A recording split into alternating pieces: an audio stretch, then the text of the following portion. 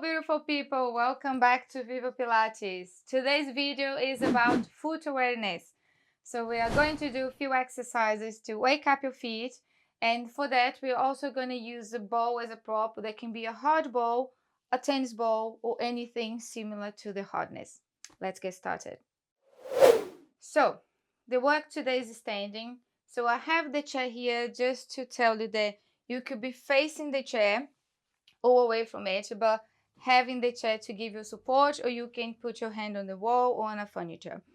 On the note, we are using the mat because it's easier to work with the ball sliding on a kind of rubbery surface rather than on tile, or you can just do on a carpet or on a rug if that's the case. Okay, so to start, not the ball yet, I just want you to stand up with your feet parallel, about same width of your hips.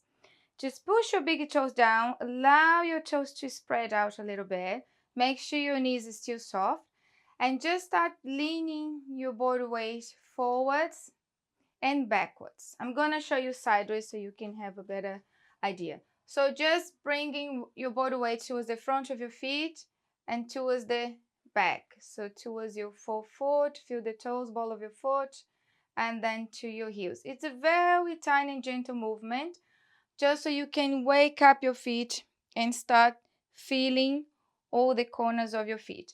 And then we do side to side. So the weight goes to the lateral border of one foot, the medial border of the other foot.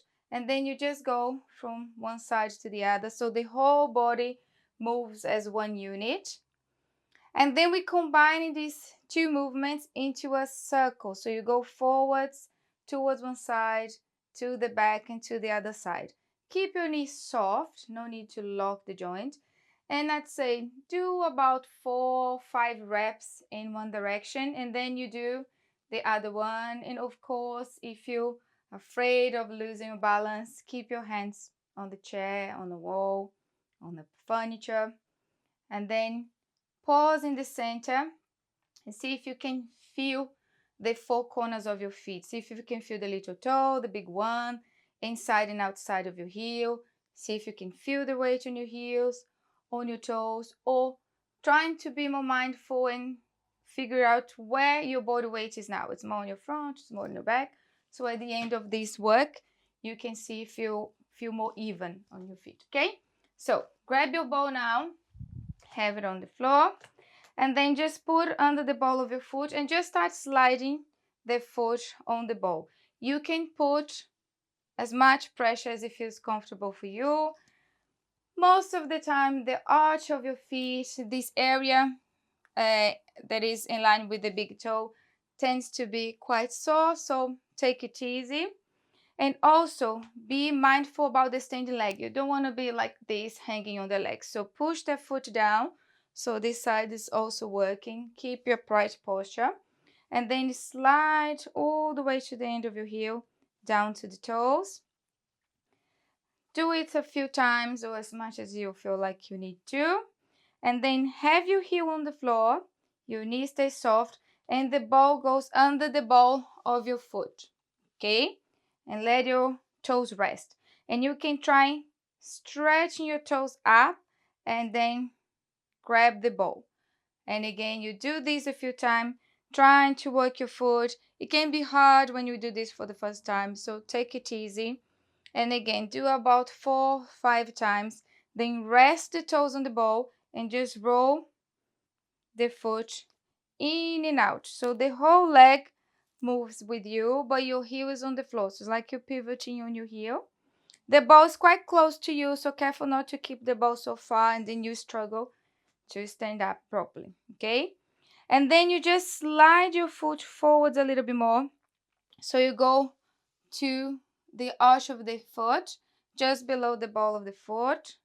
And then you also roll in and out. And again, this area can be quite sore, so take it easy.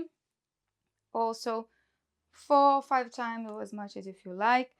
Roll the foot forwards a little bit, and then you continue now going side to side because we did longitudinal first. And then to avoid moving this ball too far, you pull the ball back a little bit, and now probably your foot is just hanging on the ball as you start moving closer towards your heel, until the point you get your heel on the ball and then your toes rest on the ball. And then you roll from side to side. And you can also push your heel down a few times as if you're going to straight up your knee, but you don't have to. Okay? Done this a few times. Release. Step on your feet for a moment. See if you can notice any difference. I bet you will. And then you swap. Start sliding your foot on the ball from the toes to the heel. It's a quite nice thing to do. Explore all the corners of your foot. Try spreading your toes. My toes are very attached to each other, so it's something I've been working on. We should have our feet as mobile as our hands, if possible. That will be great. And then start resting the ball of your foot on the ball. Soften the knee, heel down.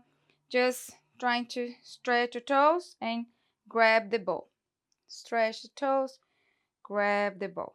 Nice and gently. And of course, the more we do, the better it becomes, as everything in life. And now rest the toes and just roll the foot in and out. You see your thigh will move with you. Your hips also moving, so win-win.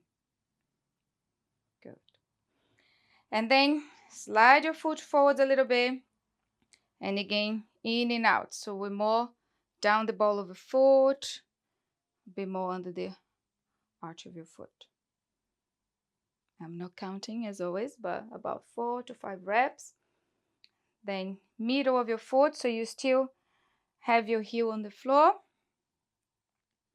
And then as you slide back a bit closer towards your heel, your foot is probably floating, so you need to control the movement to avoid losing the ball. And remember the standing leg, which is active and working to keep you upright.